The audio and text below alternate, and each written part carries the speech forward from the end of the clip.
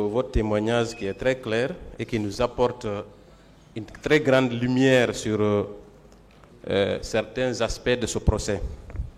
Pour commencer, je vais rebondir sur la remarque de mon confrère.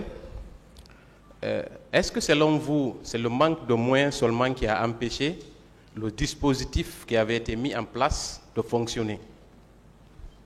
Selon moi, c'est ce que je mets à l'index. Vous savez, le dispositif de sécurité que nous avions planifié, si les moyens nécessaires l'accompagnaient, pour nous, en tant qu'officiers de maintien de l'ordre, nous pensions que les manifestants n'allaient pas atteindre le stade en nombre tel que ça a été prévu. Très bien. Et qui était censé mettre ces moyens à votre disposition? C'est l'État. Et à l'époque, qui était le chef de l'État? En ce moment-là, c'était le président Dadis. Alors, est-ce qu'on peut déduire que le président Dadis a manqué à ses obligations de chef d'État? Je ne peux pas le dire. Pourquoi? Parce que quand j'ai pris fonction, ce que j'ai fait, certainement mon prédécesseur ne l'a pas fait. Parce que le chef de l'État a ses représentants au niveau des secteurs. Oui. C'est à ces secteurs-là de lui notifier ce qu'il y a comme problème qui pointe à l'horizon. Ça n'a pas été fait avant mon arrivée. Et quand je suis venu, j'ai bien précisé, lorsque je l'ai informé, il m'a tout de suite dit, faites le nécessaire pour que les moyens-là, on puisse les en disposer. Ce qui a été fait. Malheureusement, le marché n'a pas eu lieu. Est-ce qu'on peut aussi poursuivre dans la même logique que c'est quand le dispositif sécuritaire qui avait été mis en place a échoué que d'autres dispositions ont été prises par d'autres personnes, notamment l'envoi des militaires au stade? Ça, je ne peux pas vous le dire. Très bien. Pour être plus simple, si ce dispositif avait fonctionné, est-ce que, selon vous, cela n'aurait pas pu canaliser les manifestants et empêcher éventuellement que d'autres acteurs interviennent? Je crois que c'est ce que je lui ai dit en réponse. Très bien. Alors, au moment des faits, ces bérets rouges de la garde présidentielle, si vous aviez joué pleinement votre rôle, si eux, ils n'avaient pas été incités à agir au stade, est-ce que ce drame aurait pu s'être commis? Moi, je parle de ce qui concerne la police. Très bien, on va continuer. Merci, je ne veux pas vous pousser dans vos derniers retranchements au point de déteindre sur votre bonne foi. Alors, on va revenir à la gestion des corps, parce que beaucoup de questions ont été posées, je ne vais pas revenir dessus. Est-ce que les 54 corps dont vous parlez au stade, c'est vous qui avez personnellement sollicité des camions militaires pour le ramassage des corps? Je crois avoir répondu hier à cette question. Moi, quand j'ai vu le décor, j'ai appelé mon autorité de tutelle. Je lui ai expliqué ce qui se passait. C'est en ce moment qu'il m'a dit qu'il va envoyer des camions. C'est ce que j'ai dit. Très bien. Moi, je m'intéresse particulièrement à la méthode par laquelle ces corps ont été embarqués. Oui. Est-ce que vous étiez présent? Vous pouvez quand même nous donner quelques détails, n'est-ce pas? Au moment où on embarquait ces corps, oui. Est-ce que vous étiez présent? Oui. Quelle était la procédure? Est-ce que ces personnes-là ont été respectées dans leur dignité, étant mortes? Est-ce qu'il y avait un minimum de dignité qui avait été observé pour embarquer ces corps dans ces camions? Est-ce que vous avez observé ça? Bien sûr. Comment cela se passait alors? Pour comprendre. Parce qu'il nous a été rapporté que les corps étaient jetés les uns sur les autres. Est-ce que c'était le cas? C'est pas comme ça. C'était comment? Dans un premier temps, des différentes positions dans lesquelles les corps se trouvaient, les corps ont été pris de là. Pendant que la police judiciaire faisait son travail, les corps ont été regroupés à l'entrée du stade olympique. Et quand les 2 camions sont venus, c'est en ce moment qu'ils ont commencé à les embarquer. C'était de les prendre et les mettre dans le camion. Il n'y a pas eu de violence, ni rien. Dites-moi, Oui. bon, cette opération, elle est très importante. Cela aussi explique l'état d'âme de ceux qui étaient chargés d'embarquer ces corps. Oui. Parce que ceux qui sont venus massacrer étaient dans un état d'âme de revanche. Est-ce que ceux qui embarquaient aussi étaient dans ce même état d'esprit? Je vous ai parlé personnellement de mon cas. De ce que j'ai vu, c'était vraiment une détresse. Et tous ces gens qui ont participé à cette opération, c'était d'abord avec du remords, du regret. Personne ne pouvait penser à violenter encore quelqu'un qui a subi de telles atrocités. Vous avez parlé du travail de votre équipe sur les lieux. Cela consistait en quoi? Puisque quelqu'un a posé la question, il me semble que c'était le ministère public. Est-ce que, ou bien c'est à la défense, cette question d'identification, est-ce que vos équipes ont procédé à la fouille de ces corps pour au moins avoir une idée de l'identité de ces personnes? Est-ce que cela avait été fait sur place? J'ai bien dit que ce n'était pas le lieu de le faire. On ne pouvait pas se mettre à fouiller les corps là. Et quelles ont été alors les constatations matérielles qui ont été faites là-bas sur place? Les constatations là ont consisté en quoi, concrètement? Constatation matérielle par rapport à quoi? Au corps. À la cause de la mort ou bien quoi? Exactement, sur la cause de la mort. Qu'est-ce que vous avez remarqué? Non, ça ne relevait pas de nous de faire le bilan ou bien de décrire les circonstances de la mort. J'ai dit, moi personnellement, c'est un corps que j'ai vu qui saignait. J'ai parlé de ça. Mon général. Mais le reste, l'analyse des choses, ça s'est fait à partir de l'hôpital. Non, moi je ne parle pas de, si vous voulez, de l'origine de la mort sur le plan de l'autopsie. Sur les constatations matérielles. Est-ce que parmi ces corps, il y avait des gens qui avaient été tués par balle? Est-ce que vous avez remarqué ça? Je crois que c'est la réponse que je vous donne. Oui. J'ai bien dit hier que parmi les corps, j'ai personnellement observé un corps qui avait un trou au niveau du thorax et à travers duquel sortait du sang. Très bien. On va continuer. Alors, selon vous, pourquoi c'est au camp que ces camions se sont dirigés directement au camp? Pourquoi? Pas à l'hôpital? Je ne peux pas le dire. Vous ne pouvez pas le dire. Et c'est pour cette raison que j'ai appelé le ministre de la Sécurité qui avait dit qu'il envoie les camions. Très bien. Alors, la question encore que je voudrais, si vous me permettez, je voudrais insister sur un fait. Est-ce que, peut-être que vous l'avez déjà répondu, je serais très heureux que vous repreniez votre réponse. Ce décompte physique de ces corps, est-ce que ce décompte-là a eu lieu en présence du colonel Diaby? Et quelle était sa position au moment de ce décompte? J'ai décrit le scénario. J'ai dit, quand j'ai appelé le ministre de la Sécurité, avant qu'il ne vienne, le ministre de la Santé était déjà arrivé. Et c'est quand le ministre de la Sécurité est arrivé, il a demandé de connaître le nombre des corps. Puisque nous lui avons dit qu'on n'avait pas fait le décompte, il a ordonné à ce qu'on procède au compte. Et c'est en ce moment que le compte a été fait. Et vous avez indiqué aussi, quand ce décompte a eu lieu, des instructions fermes ont été données au colonel Diaby, n'est-ce pas, pour la gestion des corps. Je l'ai dit. Et en tout cas, vous semblez confirmer que ces instructions-là ont été respectées, n'est-ce pas? Bien sûr. Est-ce que vous avez la certitude aujourd'hui que ces instructions-là ont été respectées? Sur quels éléments vous basez-vous pour avoir la certitude que ces instructions-là ont été respectées? Par rapport à un élément, Oui.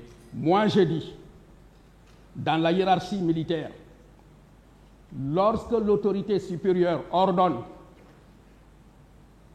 je ne veux pas dire subalterne, mais lorsqu'il est instruit, l'officier qui reçoit l'instruction est censé l'exécuter correctement et conformément à l'ordre qui lui a été donné. Ça, c'est le principe, j'en conviens. Oui. Mais est-ce qu'aujourd'hui, vous avez un élément quelconque qui puisse vous conforter à l'idée que, effectivement, les corps, les 54 corps qui ont été confiés au colonel Djabi, ce sont ceux-là même qui ont été restitués à la mosquée Faisal? Est-ce que vous pouvez le dire? Pour moi, la certitude, Oui. c'est qu'il y a eu des corps qui ont été déposés à l'esplanade de la grande mosquée, parmi lesquels il y a eu des restitutions des corps identifiés et l'inhumation des corps non identifiés. Je confirme. Donc vous confirmez, vous êtes le témoin du colonel Djabi concernant cette véracité. Le témoin de quoi? Du colonel Djabi. Est-ce qu'aujourd'hui, là où vous êtes arrêté, vous pouvez confirmer que ce sont les mêmes corps qui ont été restitués, les corps qui sont venus dans les 2 camions avec lesquels vous êtes venus au camp? Est-ce que vous pouvez le confirmer, mon général? Est-ce que n'est-ce pas prudent de vous en tenir à ce que vous savez? Non, mais moi je m'en tiens à ce que je sais. C'est vous qui m'avez demandé, est-ce que j'ai une preuve pour dire? Et moi j'ai dit, pour ma part, puisque ces corps-là, l'instruction a été donnée, et après des corps ont été déposés à l'esplanade de la grande mosquée, j'ai dit que c'est les mêmes corps. Est-ce que vous avez le rapport d'autopsie ou un rapport quelconque qui indique que les corps qui sont venus avec vous du stade sont ceux qui ont été restitués à la mosquée Faisal? Est-ce que vous avez cette preuve, mon général? Ce qui s'est fait n'était pas adressé à moi. Si l'hôpital a fait des rapports d'autopsie, ça ne pouvait plus venir au niveau de la police. Très bien. Donc, vous ne pouvez pas confirmer cela? Je ne suis pas en train de confirmer. Vous m'aviez demandé, est-ce que je crois? Voilà, parce que c'est important. Oui, oui. Ce qui s'est passé en votre présence, vous pouvez confirmer. Ça. Mais vous ne pouvez pas, de mon point de vue, confirmer que ce sont les corps. Non, je ne suis pas en train de le faire. Très bien. Donc, il y a une nuance. Que cela soit entendu de l'autre côté. Voilà. Et, mon général, oui. Vous avez parlé de 2 camions. Ça, je crois que votre bonne foi à cette barre n'est plus à démontrer en ce qui concerne ces 2 camions. Mais est-ce que vous savez aussi que 4 autres camions ont procédé au ramassage des corps au stade? Non, je ne le sais pas. Alors, le général Sano a fait état de 4 camions. C'est ici que je l'ai appris. Très bien. On me l'a dit ici. Est-ce qu'au moment où vous étiez au camp, vous avez vu deux autres camions, d'autres camions à part ceux qui sont venus avec vous? Non. Donc, est-ce qu'on ne peut pas dire logiquement qu'il ne s'agit pas des mêmes camions? J'ai dit ce que j'ai vu. Oui. Moi, j'ai vu 2 camions.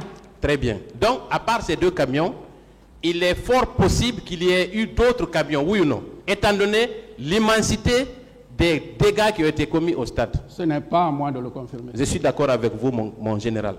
N'est-ce pas? Oui. Alors, pour terminer, mon général, oui. Il a été question, selon le général Sano, de 157 corps qui ont été en tout cas qui ont été transportés au camp. De votre expérience de policier, vu l'immensité des massacres qui ont été commis au stade, est-ce que cette déclaration peut être digne de foi? Maître. Oui. Je voudrais qu'on m'épargne de cet exercice-là. C'est le tribunal qui va après. Mais exceptionnellement, ce jour-là, il y a pris un décret et faire férié sur... Ok. Vous avez déclaré ici, que ce soit à la barre ou au niveau de votre interrogatoire, que vous vous rendiez à Koya. Quel était votre itinéraire? Je suis sorti du camp Samori, j'ai pris l'autoroute. Je suis venu à Imbaya, j'ai continué jusqu'à l'entrée. C'était l'autoroute. Vous n'avez pas constaté... Parce que comme je sais qu'il y avait une marque qui était programmée, je n'ai pas de chauffeur, je n'ai pas de garde-corps, c'est moi-même qui conduis la voiture. Et puis j'étais en civil, mais quand même les gens me connaissent. J'ai évité carrément la route de Prince. Vous n'avez pas croisé de manifestants sur l'autoroute? Bon, non, l'heure à laquelle je suis parti, je n'ai pas rencontré de manifestations sur l'autoroute. Très bien. Vous avez déclaré ici à l'une des questions du ministère public que quand vous avez appris qu'il y avait des blessés, en tout cas qu'il y avait eu des personnes qui ont été tuées ou blessées au stade, vous allez chercher celui qui avait les clés de la pharmacie centrale et qu'au lieu d'aller à l'hôpital, donc vous vous êtes rendu au camp Alpha Yaya Diallo. Est-ce que vous maintenez cette déclaration?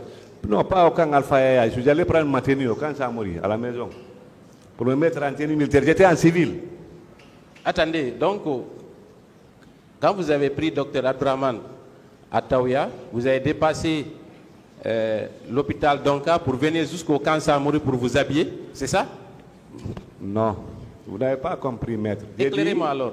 Lorsque j'ai quitté Koya, je suis venu directement au camp Alpha. Je suis allé directement à Donka. Monsieur Gabi, si vous ne parlez pas dans le micro, on ne pourra pas vous entendre. Faites face au tribunal et parlez, il va vous entendre. Bien. Excusez-moi, monsieur. Allez-y. Bon, maître, de Koya directement à Donka. J'étais civil. De Donka, j'ai vu l'ampleur des faits et ils m'ont dit que la clé de la pharmacie centrale est avec docteur Abdraman qui habite Nongotadi. J'ai imaginé l'itinéraire pour arriver à Nongotadi et puis il fallait faire parce qu'il fallait rendre compte. J'ai dit bon, j'ai pris le directeur national des établissements hospitaliers, j'ai dit accompagnez-moi rapidement au camp Samori, je me mets en tenue, nous allons chercher... Attendez sur ce point, Vous venez à Donka, vous vous rendez compte que il y a des dégâts qui ont été commis au stade, des personnes affluent par dizaines à cet hôpital. Vous partez chercher celui qui a les clés de la pharmacie, mais vous préférez dépasser au retour Donka pour aller vous habiller, pourquoi? Mais, vous trouvez ça logique? Pour moi, c'est logique. D'abord, il y avait des kits qui étaient déjà là. Parce qu'il y a toujours des kits à Donka prépositionnés pour les cas de catastrophe. Mais comme on ne sait pas l'ampleur, le nombre de gens qui vont venir. Ensuite, il y a Dr René Kodi qui est venu avec l'équipe de l'Organisation mondiale de la santé. Ça pouvait nous couvrir même 2 jours. Mais il fallait ouvrir les magasins là où il y a le stock de sécurité de la pharmacie centrale de Guinée pour les prépositionner. Donc pour ça, même si on ne les amène pas directement à Donka, mais on garde les clés. En cas de besoin, on prend. Est-ce que la raison pour laquelle vous êtes allé chercher Dr Abdraman, c'est parce qu'il y avait urgence et qu'il y avait de l'affluence à l'hôpital Donka, oui ou non? C'est bien ça. Alors, donc, ne nous dites pas qu'il y avait suffisamment de stock à l'hôpital. C'est parce que vous vous êtes rendu compte qu'il fallait absolument ouvrir Pharma-Guinée, trouver d'autres kits sanitaires pour pouvoir prendre en charge les malades qui affluent à l'hôpital, oui ou non? Oui ou non, docteur? Maître, ces kits-là, qui étaient là-bas, là, je vous dis qu'ils pouvaient couvrir des trucs. Mais on ne peut pas évaluer le nombre, parce que les ambulances ne faisaient que des rotations. Donc il fallait ouvrir la pharmacie centrale de Guinée. Mais pour ceux qui étaient là-bas, là, les kits étaient là, suffisants. Il y avait même des kits à réserve là-bas. Mais il faut se prémunir. Alors, moi je ne trouve pas ça logique du tout, mais on va évoluer. D'accord. S'il vous plaît. Quand vous êtes venu à Donka, est-ce que vous n'avez pas constaté que l'infirmerie avait été attaquée, les médicaments vandalisés? Est-ce que ce n'est pas ce qui vous a conduit à aller chercher la clé avec Dr Abdraman? Non. Très bien. Ok. Pas tout ça. Très bien, on va évoluer. Ensuite, vous avez dit que vous étiez parti au camp. Votre première version à cette barre a consisté à dire que quand vous êtes allé chercher Dr Abdraman à Taouya, vous avez préféré rallier le camp d'abord avant de revenir à l'hôpital. Oui ou non? C'est pas ce que vous avez dit ce matin? Quand je suis allé chercher Dr Abdourahmane, pas à Taouya, je vous dis à Nongotadi, lorsque je suis allé le chercher, je ne me suis plus retourné à Donka. Vous n'êtes plus retourné à Donka? Non. Vous êtes allé où? Je suis allé directement, je suis d'abord allé au camp Alfayaya pour rendre compte et recevoir l'ordre de faire un devis estimatif pour la prise en charge des malades jusqu'à leur nourriture. Après, je suis allé au ministère de la Santé pour appeler tous mes cadres pour qu'on essaie de faire un devis. On va s'accorder sur une chose. Quand je vous pose des questions, s'il vous plaît, contentez de vous répondre à la question au lieu de donner trop de détails, s'il vous plaît. Bien. Vous avez déclaré ici, il y a environ 2 minutes, que quand vous avez quitté Anongo, vous êtes allé directement au camp Samori, oui ou non? Pas camp Samori, camp Alfayaya, là où il y a Dadis. Il y a les quitté Nongo. C'est là où, je ne sais pas une question, l'un des procureurs il m'a demandé... Vous êtes habillé où? Vous êtes allé chercher vos habits de militaire où? Au camp Samori. Donc, quand vous avez quitté Nongo, vous êtes allé d'abord au camp Samori, ensuite vous êtes allé où?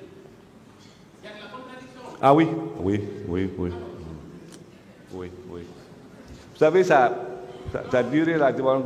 Non, maître, vous avez raison. Oui. Ah non. Ok. Donc, votre itinéraire, vous avez quitté, vous êtes allé à l'hôpital Donka, vous avez constaté qu'il y avait nécessité d'aller chercher la clé à Nongo, n'est-ce pas?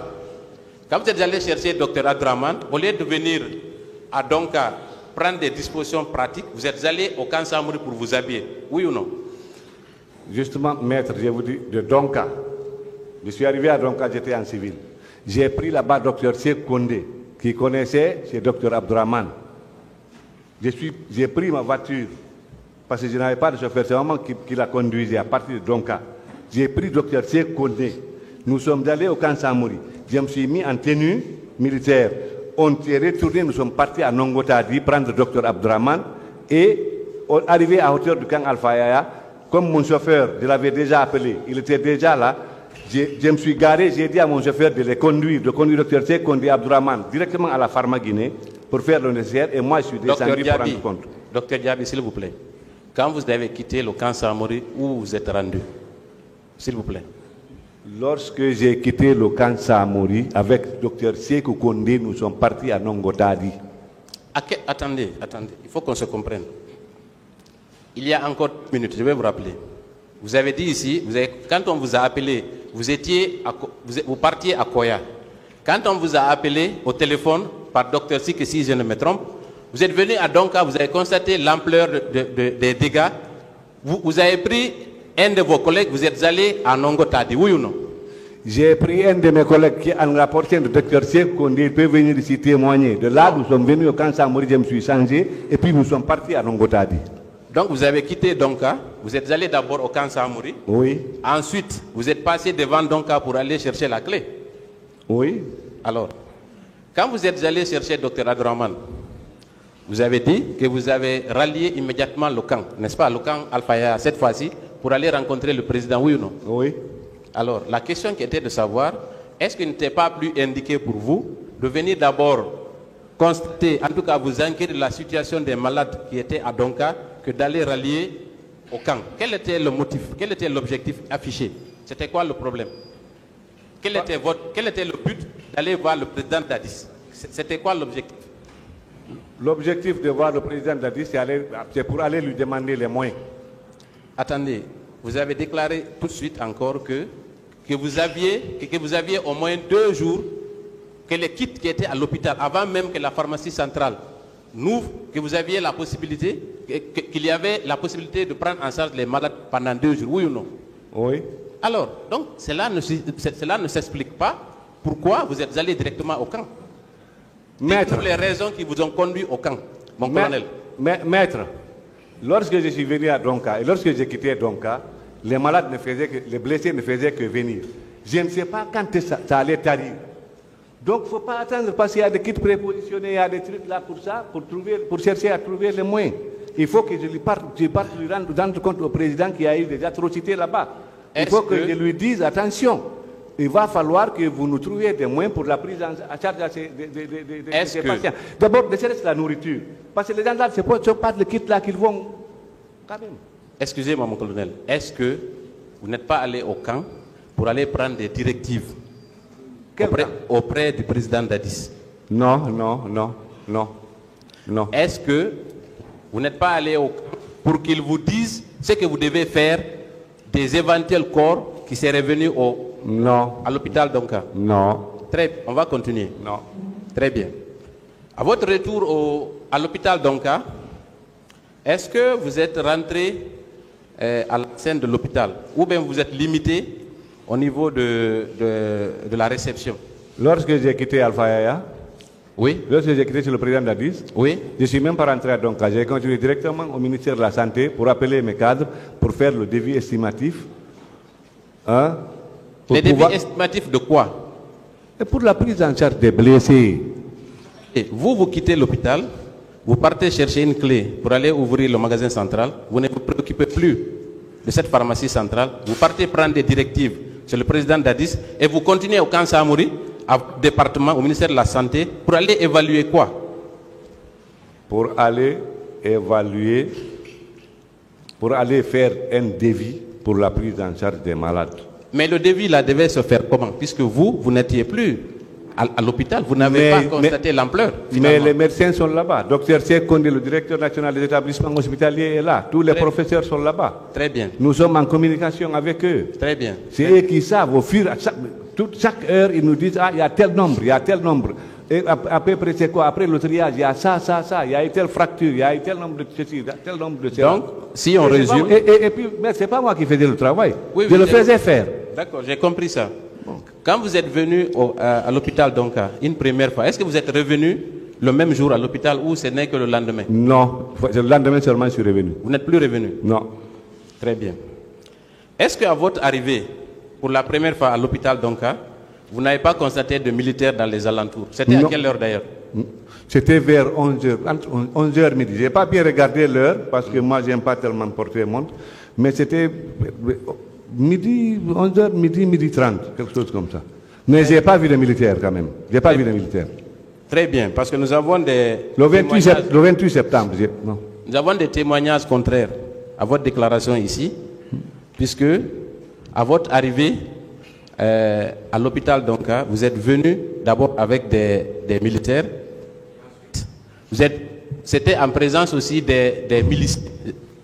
Je vais vous lire un procès verbal d'audition d'une partie civile qui dit ceci.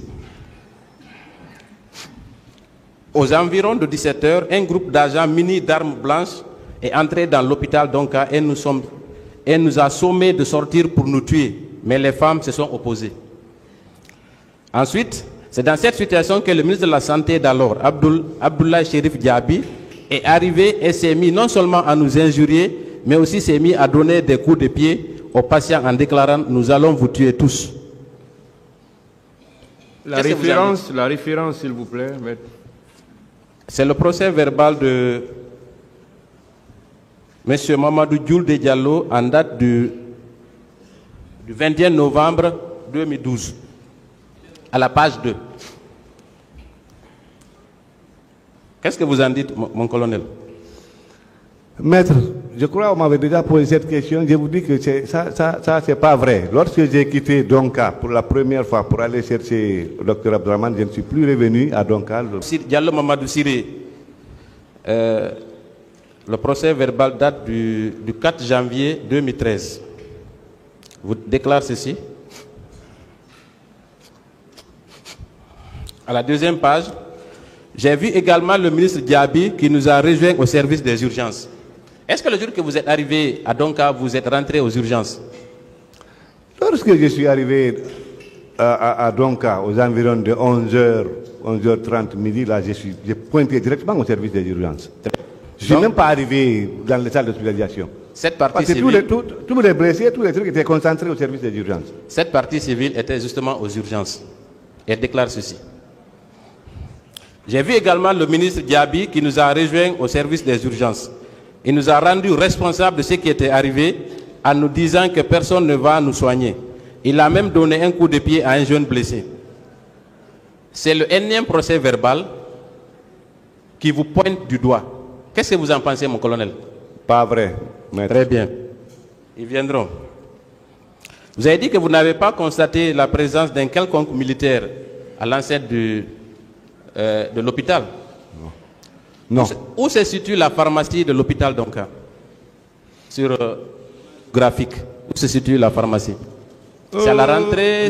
Maître, la pharmacie de Donka, j'ai quitté la fac il y a longtemps. Je ne sais pas où elle se situe dans l'ancienne de l'hôpital. Non, la pharmacie. J'étais ministre de la Santé. Écoutez, à l'hôpital Donka, est-ce qu'il n'y a pas une pharmacie? Il y a une des pharmacie. produits, des Il y kits? a une pharmacie hospitalière. Elle se situe à quel niveau là-bas? Là, je ne sais pas, dans l'ancienne de Donka. Franchement. Ce n'est pas la rentrée? Franchement, je ne sais pas. C'est le service des urgences qui est à la rentrée. Ça, je connais. D'accord. Très bien. Il a été rapporté ici et dans de nombreux procès-verbaux que cette pharmacie a été pillée par des militaires. Est-ce que vous étiez au courant de ça en tant que ministre de la Santé? Docteur Fatoussi, qui à l'époque directrice de Donka, m'en a pas parlé. Docteur Nyanko Lama, à l'époque DGA de Donka, m'en a pas parlé. Je ne suis pas informé, je n'ai pas été informé. Cela a été dit même dans les radios, mon colonel. Je n'ai pas été informé. Et en tant que premier responsable de ce département? Mais si le directeur de l'hôpital ne m'informe pas. Très bien. Le directeur national des établissements hospitaliers ne m'a pas dit. L'inspecteur général de la santé ne m'a pas dit. Il a également été rapporté ici et à travers aussi plusieurs procès-verbaux que des menaces ont été directement proférées contre les médecins qui s'occupent des malades. Est-ce que vous avez été informé? Non. Extraordinaire. Non. D'accord. Et on va changer un peu. Il y a combien de morgues dans notre pays, en tout cas à Conakry, à votre connaissance, pendant que vous étiez ministre? Non, pendant que j'étais ministre, il y en avait deux. Des hôpitaux, parce qu'il y a beaucoup de morgues. Parce que même dans l'émotion, on parle de... Non, pas des hôpitaux, des morgues. Est-ce qu'il y avait un... Moi, je ne connaissais que... Quand j'étais ministre, je ne connaissais que deux. La morgue de Donka et celle d'Ignace-Dine. Très bien. Est-ce que des corps ont été transportés au camp Samori, à votre connaissance? Franchement, je n'ai pas été informé. Ah bon? Non. Alors, je vais vous lire le procès verbal de témoin, déposition de témoin de M. Valentin Haba. Je ne sais pas si vous le connaissez. Le directeur national de la police à l'époque? Non, il était commissaire divisionnaire de police. Et il me semble qu'il était dans l'équipe de M. Kiebourou. Valentin Haba, que je connais, était le directeur national de la police. Ok, peut-être que c'est lui. Dans tous les cas, c'est Valentin, M. Valentin Haba. On dit ici qu'il est commissaire divisionnaire. Alors, dans son procès verbal de déposition de témoin en date du 18 décembre 2012, à la page 3, il dit ceci. Sur interrogation-réponse, sur instruction du général Toto, nous avons déposé tous les corps à l'infirmerie du camp Samori. Là, 54 corps ont été dénombrés. Le rapport nous édifiera davantage. Est-ce que vous étiez informé de ça? Non, non. Vous ne pensez pas des corps déposés à l'infirmerie du camp Samori? Oui. Non. Et lui, c'est un commissaire divisionnaire. Oui, d'accord. Très bien. D'accord. On va poursuivre. Ensuite,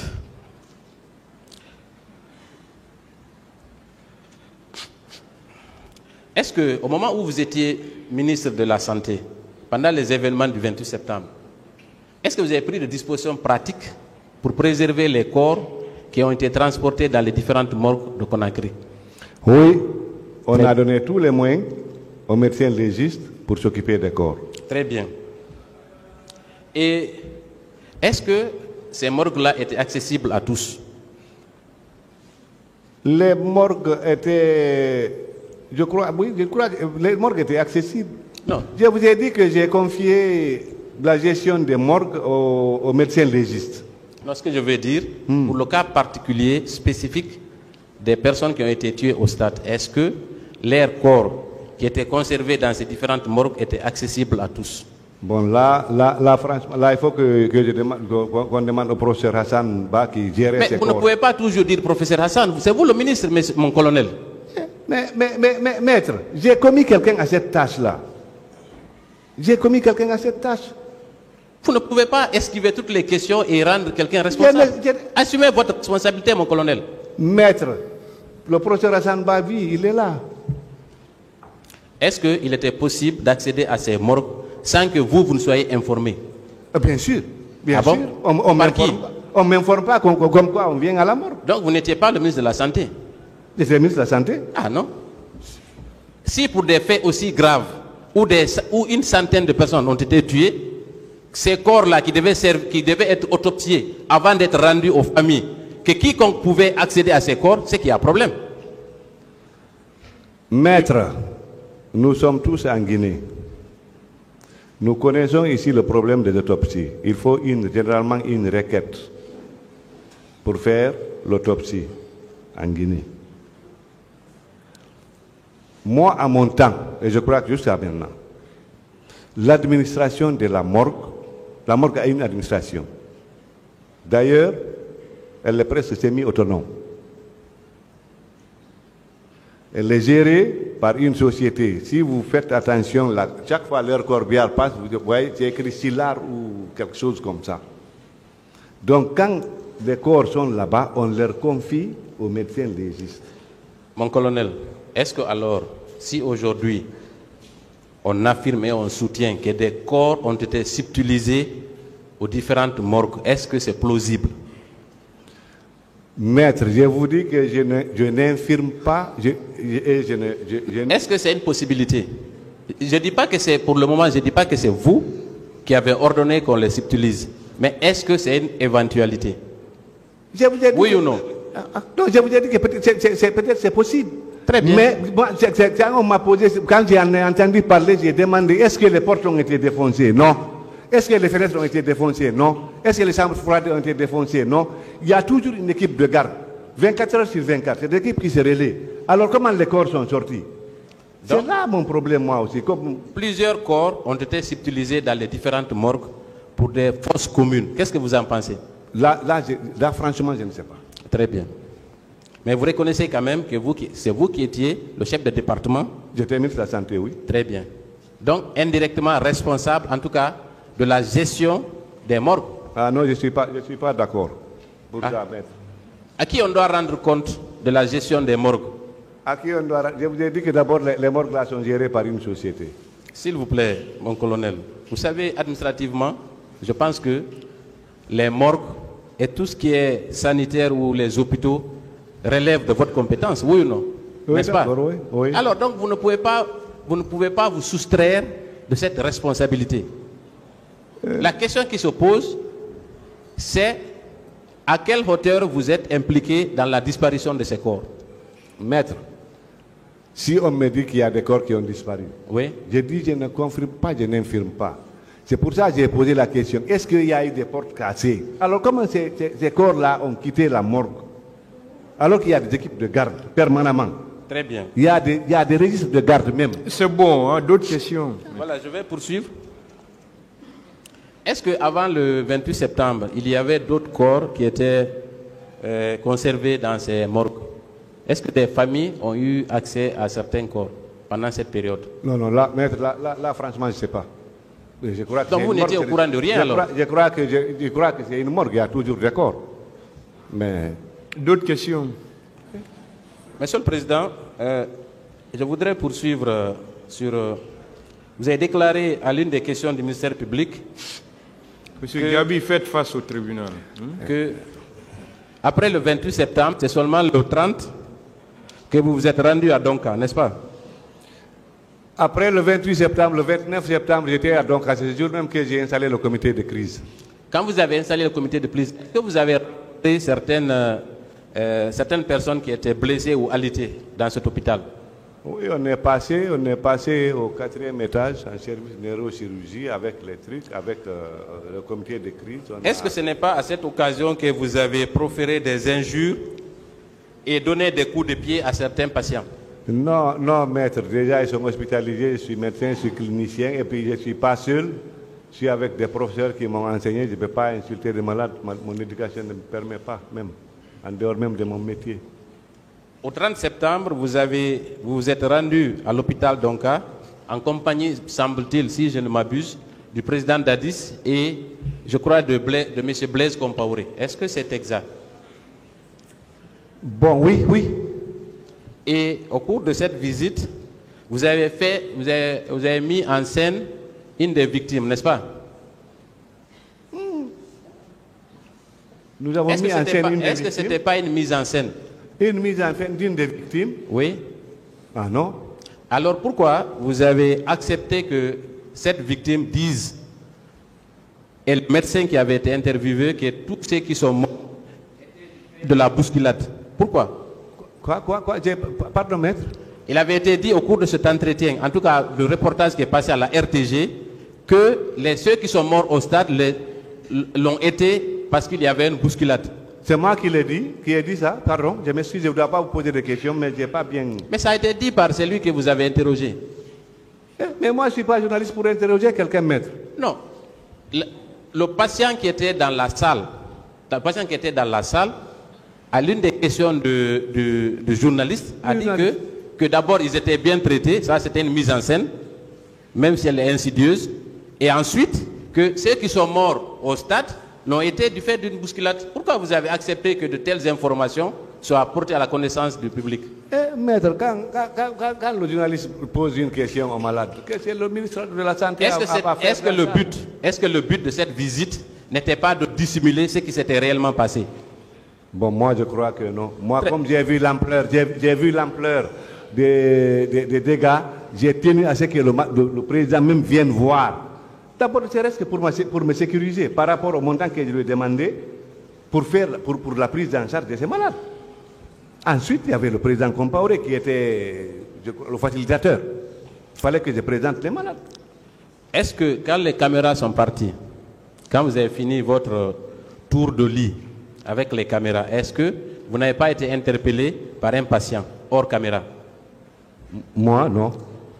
Je vais vous lire son procès verbal d'audition. Un des patients a déclaré ceci.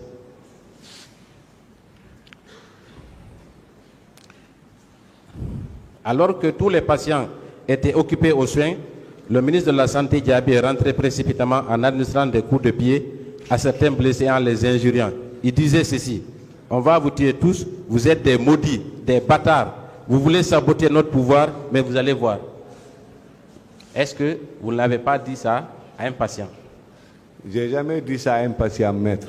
Surtout devant le président et devant le président Blaise Compaoré. Moi, j'agresse un patient, lui dire... Vous savez, après les caméras, vous aviez préparé un patient qui a d'ailleurs regretté son acte. Vous avez préparé un patient, c'était pour disculper ou en tout cas donner bonne figure à la presse par rapport aux événements du 28 septembre, qui a déclaré qu'il était bien traité, que le président Dadis était le messie, ainsi de suite. Mais après, quand les caméras sont parties, cette personne vous a interpellé et vous a rappelé ça. Moi, quand je suis venu, j'ai présenté les patients aux deux présidents, je suis parti avec le président. D'accord, on va continuer. Je ne peux pas attendre les caméras, je suis avec deux présidents. On va quitter l'hôpital donc pour aller au camp. Au camp Alpha Yaya Diallo. Est-ce qu'au niveau du camp Alpha Yaya Diallo, vous n'avez pas remarqué qu'il y avait des camions remplis de corps? Non. Non. Et puis moi, je venais rarement au camp Alpha Yaya. Non, je ne vous ai pas dit que vous partez tous les jours là-bas. Ah, je n'ai pas vu. Le 28 septembre, vous êtes rendu combien de fois au camp? Le 28 septembre, je me suis rendu 2 fois au camp. Quand je venais pour prendre compte au président Dadis, et je suis allé au ministère, et vers 20h, je suis remonté avec le devis. Très bien. Le matin, c'était pour aller prendre des instructions par rapport à ce que vous deviez faire des corps, comment vous deviez vous y prendre pour les dissimuler, et à 20h, c'était de rendre compte de ce que vous aviez fait, n'est-ce pas? Maître, d'abord, lorsque je suis passé en première position, moi, je n'avais même pas vu des corps. J'avais vu des blessés. Après, pour raison, voir des corps pour dire qu'on va faire ceci, on va faire cela, des corps. Est-ce que vous étiez au courant? Est-ce que vous étiez au courant qu'au camp Alpha Monsieur Thiebourou Camara avait, le commandant à l'époque, avait arrêté plusieurs personnes et qui étaient en détention à ce... Non. Vous n'avez pas appris? Non. Vous n'avez pas entendu des cris? Non. Je n'ai pas appris, je n'ai pas entendu des cris, je ne réside pas à Alpha Yaya, je ne travaille pas à Alpha Yaya. Très bien. Ici encore, il y a une autre partie civile du nom de Yagou Babari, interrogé le 19 septembre 2012 à 11h25 à l'attention de votre avocat, qui déclare ceci. Étant dans l'inconscience, j'ai été conduit au camp Alpha Yaya Diallo, plus précisément à la prison du commandant Moussa Thieboro Camara. J'ai parlé de mon parent Korka Diallo. Commandant Thieboro m'a dit qu'en le faisant appel, il ajoutera sur moi. Donc, le dernier paragraphe. Entre-temps, les officiers dont Abdullah Sherif Diaby, Korka Diallo et tant d'autres en compagnie du capitaine Moussa Dadis sont arrivés pour un constat. Est-ce que vous n'êtes pas allé dans ces prisons pour faire un constat? Des personnes qui avaient été arrêtées la veille ou le même jour. Moi, je ne suis jamais sorti à l'intérieur du camp avec le président Dadis Camara. Très bien. Jamais. Des camions militaires stationnés qui contenaient des personnes couchées, vivantes ou mortes. Il y avait des personnes dans 2 camions, 2 corps, stationnés à l'enceinte du camp Alpha Yaya Diallo. Vous ne les avez pas vus? Je n'ai pas vu ça. Je ne travaille pas à Alpha Yaya, je ne réside pas à Alpha Yaya. Je n'ai pas vu. Pour terminer, Monsieur le Président, je voudrais savoir quel était votre rôle dans la dissimulation de ces corps? Aucun rôle. Aucun rôle. Aucun. Moi, je n'ai pas vu de corps. Est-ce que vous étiez un des fidèles du président Moussa Dadis Camara? Bien sûr. Donc, logiquement, vous vous êtes certainement investi pour la préservation de son pouvoir, n'est-ce pas? Non. Comme Oui, tous les autres la préservation de son pouvoir, mais pas comme ça, pas dans ce sens, de dissimuler les corps. Non. Monsieur le Président, j'en ai terminé. Je vous remercie. Parce que je mourrai aussi un jour.